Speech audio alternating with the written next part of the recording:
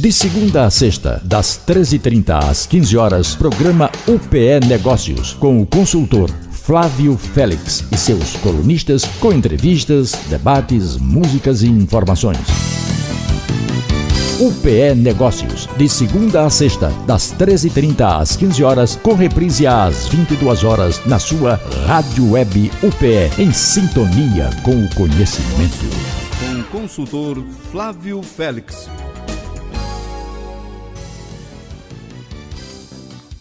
Muito bem, muito boa tarde, bem-vindo ao seu programa UPE Negócios, aqui na Rádio Web UPE, em sintonia com o conhecimento. E hoje é um dia já esperado por muita gente, tenho sido assim, interpelado, procurado por pessoas, falando já dessa coluna, desse espaço, que na verdade é capitaneado, na verdade é uma grande ideia, né, de promover saúde, pesquisa, mostrar o que a UPE faz, mostrar grandes talentos do mundo. Hoje temos aqui a honra de receber pessoas que têm projeção internacional. Pernambuco pode ter muito orgulho disso. E professor Belmiro, doutor Belmiro, que está conosco aqui sempre comandando esse projeto. Belmiro Vasconcelos, que é da Universidade de Pernambuco, que traz para a gente aqui grandes nomes convidados por ele para falar aqui sobre pesquisa, sobre saúde, coisas inusitadas. Eu já estou aqui fascinado. Antes de começar a falar o programa de hoje, a gente já fica fascinado pelo nível de profissional que a gente tem aqui, que nos orgulha muito saber a qualidade, a capacidade. Você vai ouvir daqui a pouquinho.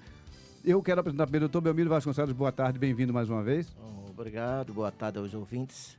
Estamos aqui com o nosso convidado ilustre para contribuir com esse bate-papo muito interessante para a nossa população. Muito importante, doutor. Eu falo então com o doutor Gustavo Carvalho, que é professor adjunto da FCM UOC UPE, também residente em cirurgia, mestre e doutor em cirurgia pelo UFPE, professor convidado da Universidade de Keio, no Tóquio, no Japão, vai falar conosco sobre videolaparoscopia, sobre cirurgia, e eu já ouvi coisas fascinantes. Daqui a pouco eu vou deixar que ele fale, que eu estou realmente impressionado. Doutor, é um prazer tê-lo aqui na Rádio UPE. Boa tarde.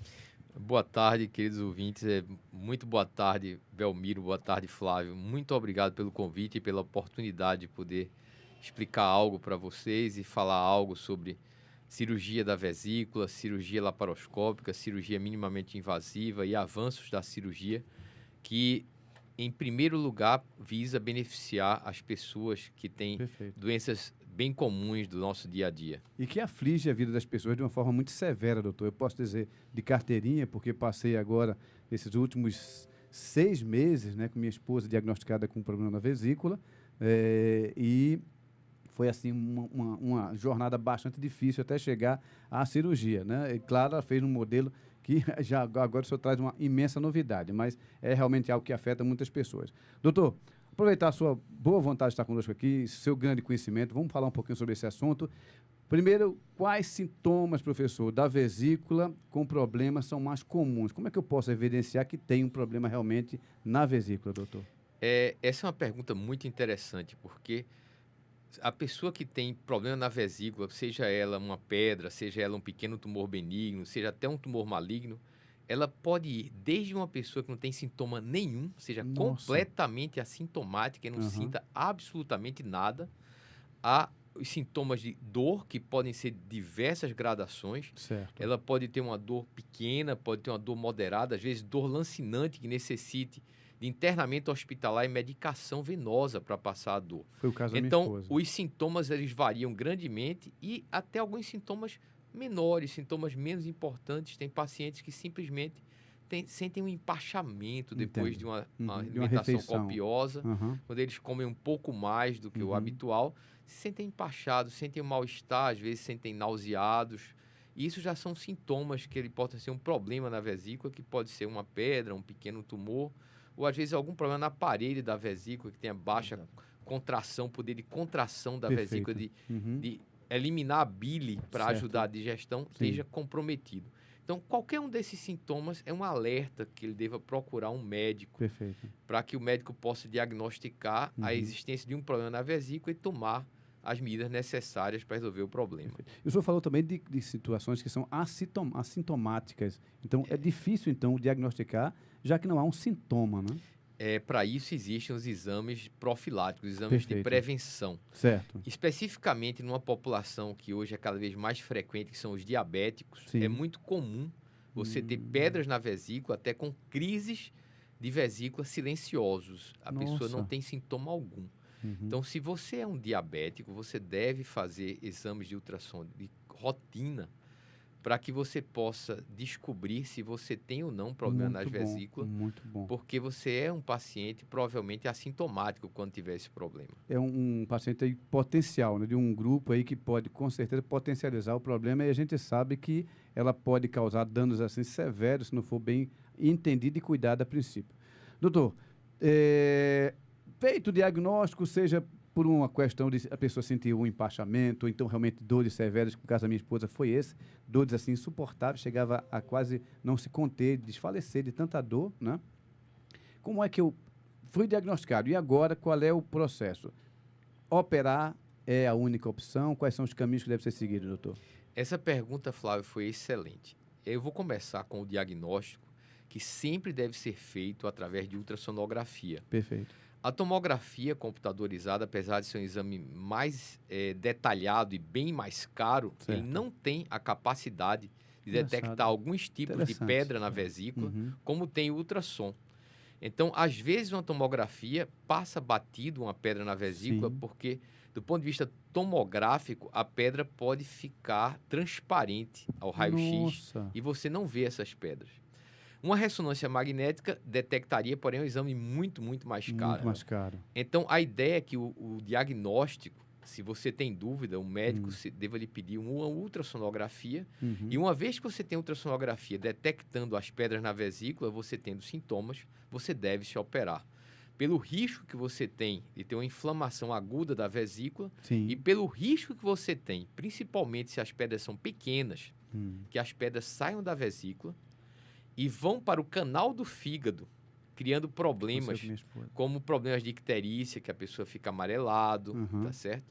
Então, o paciente diz, eu estou com a icterícia, ele está amarelado, ele está com a urina escura, as fezes brancas da cor de papel, isso é um sinal de complicação das pedras da vesícula, que saíram da vesícula e foram migraram e foram entupir o canal do fígado. Se só entupirem o canal do fígado, menos mal. Mas o problema é que na passagem pelo canal do fígado, elas podem irritar a saída do canal pancreático e causar uma pancreatite. Perfeito. E às vezes a pancreatite, ela é uma doença muito grave e que pode ter até desfechos letais, pode causar a morte do paciente. Então, pedras pequenas, elas levam a um risco até maior do que as pedras grandes. Então, uma vez detectado a presença de pedras na vesícula num paciente que tem sintomas, ele deve ser operado. É a chamada de colecistite, doutor? Eu estou errado? A colecistite é exatamente quando essas pedras causam inflamação. A simples presença das pedras que não causaram ainda inflamação, do ponto de vista médico, a gente chama de colelitíase. Colelitíase. Ou seja, é a presença de pedras na região da vesícula biliar. Perfeito. Mas se essas pedras estão causando inflamação, aí chama-se colecistite. A colecistite aguda é aquela versão da colecistite em que o paciente está naquele momento com a inflamação e, se não resolver num período breve de até 24 horas, necessita de uma cirurgia de emergência com risco de ruptura e perfuração da vesícula biliar. Que aí é um quadro bem mais grave. Muito mais grave. Isso é muito frequente nos pacientes diabéticos. Por quê? Porque muitas vezes eles têm as crises sem dor. E quando eles vão ter a dor, já é um quadro bem avançado, às vezes muito de rompimento, perto possivelmente, da vesícula. Da perfuração, exatamente. Então, eu acho que já fica de uma lição para você que nos ouve, você que está nos ouvindo e nos vendo, de ter a precaução. Se tem alguém na sua casa que é diabético, já procurar, mesmo não tendo nenhum sintoma aparente, porque pode ser assintomático. O doutor acabou de revelar algo que é fantástico e importantíssimo. Doutor, eu queria acrescentar à vontade que normalmente as pessoas chegam com dores, são atendidos por um clínico geral, mas essa cirurgia é feita pelo cirurgião geral. Perfeito. E isso aqui tem que estar bem claro para as pessoas entenderem, porque normalmente no hospital tem um clínico geral, tem um cirurgião geral, mas muitas vezes ele vai para um clínico, seu clínico amigo, que vai detectar e vai encaminhar para um cirurgião geral, que é o especialista, para poder fazer esse tipo de tratamento. Intervenção perfeita, viu, Belmiro? Porque o diagnóstico geralmente é feito por um clínico, que ele geralmente solicita a ultrassonografia para o paciente, e o cirurgião geral é quem conduz o caso, até solicitando outros exames quando ele julga necessário, para realizar a cirurgia da maneira mais adequada possível. Se houver suspeita, por exemplo, de que pedras pequenas já foram para o canal do fígado, às vezes é necessário complementar o ultrassom com uma ressonância magnética para estudar se já existe comprometimento dos canais do fígado do paciente com pedras. Doutor, a saber que vinha para cá, saber que o senhor estaria aqui hoje, algumas pessoas me perguntaram algumas coisas, a gente não vai dar para fazer tudo, mas uma pessoa me perguntou, essas pedras se formam ao longo de um período pequeno, médio ou longo, doutor? Essa é uma pergunta muito interessante, Flávio, porque essas pedras elas podem se formar, em geral, ao longo de um período de 1 a 2 anos. Mas em algumas situações, elas podem se formar num período muito curto. Perfeito. Principalmente se você faz uma perda de peso exagerada através de um regime. Certo. Você pode formar pedras pequenas num período muito curto. Certo. Uma perda de peso não supervisionada, com regimes agressivos. Ou até em situações em que você ficou adoentado, acamado e ficou fazendo uma restrição dietética muito grande. Interessante. Você pode formar essas pedras e essas pedras elas são, em geral, causadas por um desequilíbrio hormonal. Perfeito. Por isso que elas são muito mais frequentes nas mulheres do que nos homens. Isso é uma pergunta que eu ia fazer, porque quem tem perguntado para a gente aqui, me procurado, a maioria foram mulheres. É uma proporção que varia de país para país, mas que varia de 4:1 até 6:1. Nossa! Para cada 6 mulheres que têm pedras na vesícula, você encontra um homem com pedra na vesícula. Isso é uma explicação bem simples. Certo, claro. Porque a mulher, hormonalmente, ela é bem mais complexa do que o homem. Porque tem, além do ciclo diário de hormônios que se modificam durante todo o dia, ela tem um ciclo menstrual, que é um ciclo mensal. Isso. Que a cada mês, ela hormonalmente fica bem mais complexa do que o homem. Perfeito. E algumas pedras que são causadas por sais de colesterol, quando esses hormônios são atingidos e afetados na mulher, tendem a se precipitar e formar a pedra mais amarelada, que é a pedra de colesterol. Perfeito. Existe um outro tipo de pedra, que essa é tão frequente em homem quanto em mulher, que é a pedra mais escura, que é a pedra feita de cálcio. Certo. É um material chamado bilirrubinato de cálcio, que ela é mais frequente em pessoas que têm hemólise, que o sangue dela é triturado dentro da própria pessoa. Existem algumas pessoas que têm anemia e formam esse tipo de pedra, que é a pedra mais escura. Mas a pedra mais frequente é a pedra de colesterol. E existem as pedras mistas, que são a mistura dos dois tipos de pedra. E essas também são tão frequentes em homens quanto em mulheres. Agora, as pedrinhas de colesterol, essas são bem mais frequentes em mulheres do que em homens. Essa é a razão de você encontrar muito mais mulheres se operando da vesícula biliar do que homens se operando da vesícula biliar. Então, olha, você que está aí, às vezes, o doutor fala uma coisa, muitas coisas brilhantes. Eu acho que é imperdível esse bate-papo, 22 horas. Você novamente pode entrar em contato, Rádio Web UPE, no canal, no YouTube, Flávio Félix também no meu canal e também no stream da rádio, repetido hoje e quinta-feira novamente o programa vai ao ar como uma repetição, porque é importantíssimo. Acho que é uma grande aula que a gente está tendo aqui hoje. Eu queria ter 2, 3 horas, sei que você não vai ter tempo para isso, a sua ocupação toda, para a gente conversar sobre o assunto, mas fica para também outras vezes. Ô, Flávio, doutor, à vontade. Eu queria fazer uma intervenção para Gustavo, à vontade. Que o povo pergunta muito. A restrição alimentar e a questão da água, porque as pessoas normalmente não costumam beber água. É verdade, doutor. O que você pensa sobre isso? Muito bem lembrado. Veja, ainda não existe, de uma maneira cientificamente provada, que o aumento da ingesta de água vá promover uma prevenção da formação das pedras na vesícula, assim como ocorre com as pedras dos rins. Mas, de um ponto de vista mais ou menos óbvio, a água é um soluto universal. Perfeito. Então, acredita-se que uma pessoa que beba uma quantidade adequada de água possa vir a ter menos pedras na vesícula, mas não existe nada provado cientificamente sobre isso, como está provado com as pedras nos rins. Mas então, é uma dedução lógica bem aceitável, né? Até do ponto de vista de eu querer me cuidar melhor e se ingerir mais água. E do ponto de vista prático, do ponto de vista de saúde, beber uma quantidade adequada de água só faz bem para a saúde. Para a saúde da pele, para a saúde do corpo como um todo, para o funcionamento do músculo, do cérebro, dos pulmões, dos rins, de tudo. Então, beber uma quantidade adequada de água, principalmente numa cidade como a nossa, que é uma cidade onde existe uma exposição ao sol muito grande, um calor muito grande, e que as pessoas tendem a desidratar com mais facilidade, a atenção à quantidade adequada da ingesta de água é sempre importante. Não apenas visando a saúde da vesícula biliar, mas a saúde do corpo como um todo. Doutor, poderia ficar aqui, eu acho que uns 2 dias conversando com a gente. Você que nos ouve em todo o Brasil, na verdade, no litoral, onde temos incidência de sol, mas também no mundo. A gente tem hoje pessoas ouvindo e assistindo a gente em Londres, em Portugal. Então, um forte abraço para nossos amigos em Portugal que nos ouvem, nos acompanham. E também é importante, mesmo em lugares um pouco mais frios, doutor, também ter esse cuidado de beber Sim. água. Me falaram até uma ocasião que em lugares mais frios você tem menos necessidade de beber água. A necessidade, digamos assim, de ter a sede, digamos. Mas há uma importância de manter uma sistemática de beber água para se educar. Sem né? dúvida. E, Muito bem. ele falou uma coisa interessante, que é a dieta. Muitas pessoas têm medo. Eu vou tirar minha vesícula e agora? Eu vou precisar de uma dieta especial para depois tirar a vesícula? Em geral, você precisa de uma dieta especial quando tem as pedras na vesícula e não tirou ela ainda.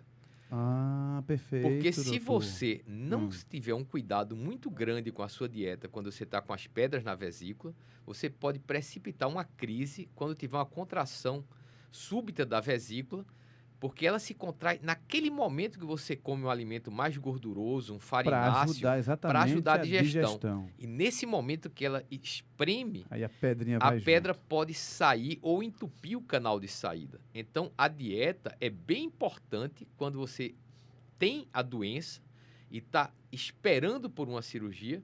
Porém, após a retirada da vesícula, a restrição dietética é praticamente nula. Nossa, interessante ouvir isso. Todas que nos ouvem, e particularmente a minha esposa, que está nos ouvindo, também está nos ouvindo, está trabalhando, mas nos ouve depois na gravação, que ela fez. Aí, Silvia, o doutor acabou de falar, sem restrição nenhuma, pode voltar aquela pizza que ela tanto queria voltar. Pode, sem dúvida. Mas, claro, com moderação com relação à gordura, doutor. Sempre, eu acho que a pessoa ter moderação alimentar na sua vida é fundamental, não porque fez uma cirurgia de vesícula, isso, muito bem. mas porque a gente é um reflexo daquilo que come. Que comemos, muito bem, muito bem. Então, se a gente puder comer com parcimônia tudo que a gente vê, a gente pode comer um pouco de cada coisa, mas deve comer de maneira adequada e os alimentos necessários para que a gente possa ter uma vida mais saudável. Perfeito. Gustavo, eu tenho dito sempre assim, os extremos são prejudiciais.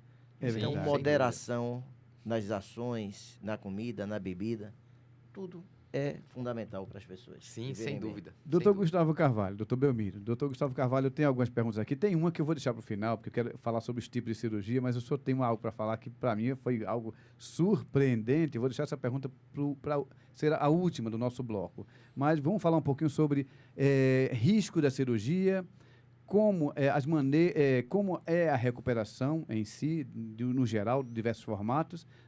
E o senhor já respondeu sobre dieta, não precisa. Quais são os riscos principais, de acordo com a cirurgia, doutor? E como é que é a recuperação? Uma cirurgia, principalmente uma cirurgia complexa, como é a retirada da vesícula, tem riscos. Perfeito. Esses riscos, eles são mínimos quando executados por uma equipe treinada e habilitada para realizar a cirurgia com precisão. Então, existem riscos, por exemplo, inerentes a qualquer cirurgia, como riscos de sangramento, riscos de lesão de órgãos que estão próximos à vesícula biliar. E esses riscos são minimizados quanto mais experiente é a equipe que está realizando a cirurgia. Perfeito. Um dos grandes riscos da cirurgia da vesícula é uma lesão acidental do canal do fígado, que talvez seja o risco mais temível que existe na cirurgia da vesícula biliar. E hoje a gente mede a capacidade de uma equipe fazer a cirurgia de vesícula com precisão, quanto menos danos, oportunidades de dano existe nesse canal, ao canal da vesícula biliar. É um indicador interessante. Então, hoje estima-se que no mundo, você ter 1 ou 2 lesões dessa para cada 1.000 pessoas operadas é aceitável. Perfeito. Acima disso, seria inaceitável. Essa equipe deveria ser retreinada Perfeito. para trabalhar em parâmetros aceitáveis de danos ao canal do fígado. Há outros riscos quando você opera, por exemplo, uma cirurgia aberta, que hoje cada vez menos se faz, a cirurgia da vesícula, abrindo uma incisão de 10 a 15 centímetros no abdômen para retirar a vesícula, que seriam riscos como, por exemplo, de infecção da ferida, riscos de dor crônica na ferida, riscos de hérnia da parede abdominal e assim por diante. Perfeito. Eu acrescentaria até um pós-operatório um pouco sofrido. Sim, né, sem dúvida. O risco de ter uma dor cada vez maior. Respirar, às vezes eles ficam, os pacientes. Hoje, cada vez mais no mundo, o padrão de cirurgia para retirada da vesícula é a cirurgia chamada laparoscópica. Perfeito. Onde você faz pequenas incisões que variam de 10 a 5 milímetros de diâmetro. Então, existem hoje o padrão, são incisões de 12 no umbigo, pode-se fazer com 10 também, certo. E 6 a 10 as incisões laterais. Para que você possa utilizar clipes metálicos, possa utilizar outros instrumentais. Então, essa é a chamada cirurgia laparoscópica. Que antigamente se chamava cirurgia laser, mas que foi utilizado laser muito precocemente na década de 90 e foi abandonado. Então, muita gente ainda fala hoje, eu vou operar a cirurgia laser. Mas é videolaparoscopia. Mas a cirurgia videolaparoscópica não utiliza laser, utiliza cautério monopolar, é um eletrocautério, tá certo? Eu assisti, e não utiliza laser. Cirurgia.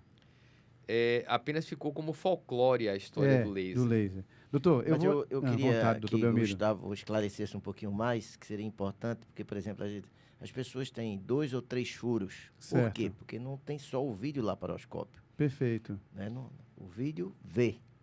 Mas eu Entra queria que ele canal. explicasse por que os 3 furos, a manipulação e que acessórios são necessários muito bom. para ser Essa utilizados. pergunta de Belmiro foi excelente. Cada um dos furos representa a parte do cirurgião que não entrou na cirurgia através da cirurgia aberta. Certo. Então, o furo grande no umbigo, que em geral tem 12 milímetros, ele serve para colocar uma câmera de televisão dentro do abdômen do paciente. Perfeito. E que vai ser os olhos do cirurgião a partir daquele momento. Muito interessante. Os outros 3 ou 4 furos que podem ser feitos para operar uma vesícula, o mínimo são mais 2, que sejam a mão direita e a mão esquerda do cirurgião. Em geral, se faz 3 furos, no mínimo, para que seja mão direita do cirurgião, mão esquerda do cirurgião e uma mão de um assistente para ajudar segurando na vesícula. Interessante. Então, você pode colocar pequenas tesouras, pequenas pinças, cautério e assim por diante. E um furo maior, se vai utilizar clipes metálicos, que tem que ter pelo menos 10 a 12 milímetros para colocar um clipador. E isso evita que a pessoa necessite atar nós durante a cirurgia. Sim. Os clipes seriam uma opção mais rápida, mas que também se paga um preço por algumas complicações que são inerentes aos clipes e que não existem essas mesmas complicações quando se utilizam nós. Engraçado. Então, o avanço de utilizar clipes aumentou a velocidade com que se realiza a cirurgia. Perfeito. No entanto, mas, por outro lado, algumas complicações que não existiam na época da cirurgia aberta, hoje a gente existe por causa dos clipes metálicos. Doutor Gustavo Carvalho, eu deixei para o final essa pergunta porque, com certeza, você que nos ouve, você que nos vê, vai ficar surpreso. A gente está em Pernambuco, falando para o mundo inteiro, né? Mas aqui eu estou diante de 2 grandes gênios, pessoas que se dedicam de forma assim total àquilo que fazem e trazem inovação. A gente tem acostumado muito a ver no mundo afora grandes profissionais, mas estamos aqui com o professor Belmiro, que tem aí uma larga experiência em pesquisa e desenvolvimento de trabalhos acadêmicos e práticos na área dele, e o doutor Gustavo Carvalho, que vai revelar uma coisa agora para você, que eu já ouvi, eu quero que ele fale disso. Essa cirurgia laparoscópica é tida como uma revolução da medicina nos últimos anos. Mas o senhor me mostrou aí umas fotos que fala de uma mini laparoscopia. Explique, doutor, como é que funciona isso? Eu acredito que a laparoscopia tenha sido a segunda maior revolução que a cirurgia teve depois da anestesia. Perfeito. Então, depois que aconteceu a anestesia, praticamente ficou inviável você operar um paciente sentindo as dores terríveis, que é um corte, por exemplo, no abdômen, na perna, na face, onde quer que seja. Então, a maior revolução que a cirurgia teve em todos os tempos foi a anestesia. Perfeito, muito bem pontuado. A segunda maior revolução foi a cirurgia minimamente invasiva, que aí você tem a maior de suas vertentes, a mais popular, que é a cirurgia laparoscópica, que tem orifícios de 10, de 12, de 5 milímetros. E as inovações que surgiram depois dela.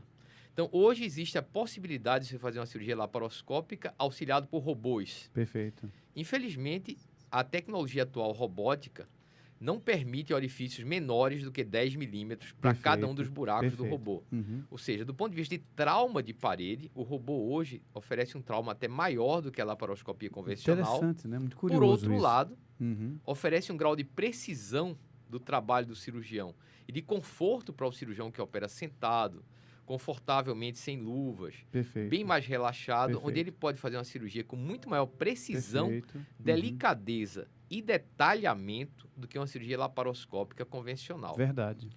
Existe uma vertente agora da cirurgia minimamente invasiva, que é a cirurgia do portal único, Ao invés de você fazer 4 buracos de 5 a 12 milímetros, você faz um único buraco grande de 3 centímetros na região umbilical, e esse buraco se torna muito mais estético do ponto de vista visual para o paciente. Pois, com certeza, porque ele só tem um buraco no umbigo, e o umbigo é um buraco já e é um já buraco, desaparece. Né?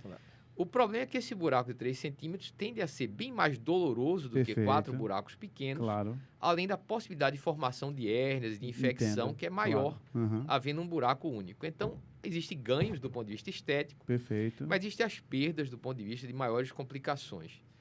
E a vertente que a gente tem explorado e disseminado pelo mundo recentemente é a vertente chamada de mini-laparoscopia, que seria o avanço natural, o avanço inteligente, o avanço óbvio da laparoscopia, que é a miniaturização dos buracos. Isso.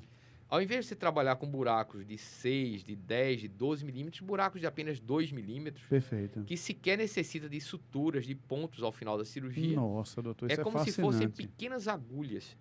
E ao retirar o instrumental, o buraco, depois de 2 ou 3 dias, praticamente não é detectado. Não, isso é quase que inacreditável. Eu acredito que o senhor mostrou aí realmente procedimentos, mostrou resultados, que é algo da ordem do inimaginável, na verdade. A mini-laparoscopia já existe em Recife desde 1999. Nossa! A gente trouxe essa tecnologia de Singapura, do Dr. Peter Goh, e a gente aperfeiçoou essa técnica para uma técnica chamada de clipless, onde a gente não usa clipe, é uma técnica sem clips. Então, é uma espécie de volta ao passado do ponto de vista de que a gente trabalha com suturas, com nós, não utiliza clipes metálicos. A cirurgia, do ponto de vista técnico, é um pouco mais complexa do que a laparoscopia, porque você não coloca clipes. Mas a recuperação do paciente em relação aos traumas da parede abdominal são bem menores. E do ponto de vista estético, principalmente para uma população que valoriza a estética corporal, é bem superior à laparoscopia convencional. E é muito comum hoje, né? Doutor, não há clipe, né? O senhor falou clipe, não é sem clipe? Sem clipe. Mas é... Você confecciona pequenos nós, já que você tem a condição de colocar 2 instrumentais, mão direita e mão esquerda do cirurgião, o cirurgião faz como se fazia na cirurgia aberta. Ele ata nós. Nossa! E ele faz isso com uma precisão bem maior do que a laparoscopia convencional, porque a cirurgia mini, ela proporciona um aumento da destreza e da capacidade de trabalho do cirurgião. Seria algo intermediário entre a capacidade que o robô tem, que é bem maior do que a laparoscopia, e a laparoscopia convencional. Você não tem tanta capacidade e destreza quanto tem um robô, mas não é uma destreza inferior como é a laparoscopia, algo que está no meio do caminho. Muito bom. Uma coisa importante é que isso tudo, a técnica, foi desenvolvida a partir do desenvolvimento das minicâmeras. Muito bem. Exatamente. Que com o desenvolvimento das minicâmeras é que proporcionou isso. Muito bem. Doutor Gustavo Carvalho, o tempo, a gente gostaria de falar aqui mais que 1, 2, 3, 4 horas, um assunto muito importante. Quero lhe agradecer a presença aqui no PE Negócio e lhe convidar para outras oportunidades. Esse programa será reprisado hoje, 22 horas, mas está disponível no YouTube. Quinta-feira, reprise. Fantástico a sua orientação aqui, quero lhe agradecer imensamente. Um forte abraço, muito obrigado, doutor. Muito obrigado, Flávio, muito obrigado, Belmiro, pelo convite. Para mim, primeira vez que apareço na rádio, estou muito satisfeito. Espero que o senhor goste e volte mais vezes. A casa aqui só é para bater na porta e entra. Você nem bater, só entra aqui direto. Espero poder ter outra oportunidade de juntar vocês e falar de outros temas. Vamos querer, vamos com certeza querer isso. Doutor Belmiro, muito obrigado mais uma vez. Quero passar a você que nos ouviu aqui, se quiser entrar em contato, acho que depois desse dia de hoje, essa tarde, você percebe que ter um problema na vesícula é algo muito mais comum do que se imagina. E 2, você pode ter uma situação assintomática, é muito grave. O doutor alertou de muita coisa. Ouve, escuta, vê novamente esse bate-papo, porque é muito importante entender que você pode ter o problema e não se dar conta. Se você é diabético ou tem alguém em sua casa que tem diabetes, cuide também desse aspecto, é importante. Você pode entrar em contato com a clínica, né, do doutor Gustavo Carvalho, através dos contatos 99, quem está em Recife vai colocar 81, quem estiver fora coloca 81, 99705 6342. 99705-6342, você pode passar uma mensagem, mas também o telefone fixo da clínica 21 29 19 10, 21 29 19 10. Marca uma consulta, sentiu alguma dor, um desconforto, um empachamento, como ele falou, mas principalmente, ouve esse bate-papo para você se orientar de uma coisa tão importante como é cuidar aí da sua saúde. Mais uma vez, muito obrigado a vocês, aqui a presença, e vamos a um pequeno bloco, a gente volta já já.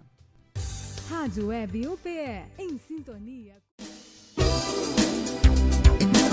A Rádio Web UPE apresentou UPE Negócios.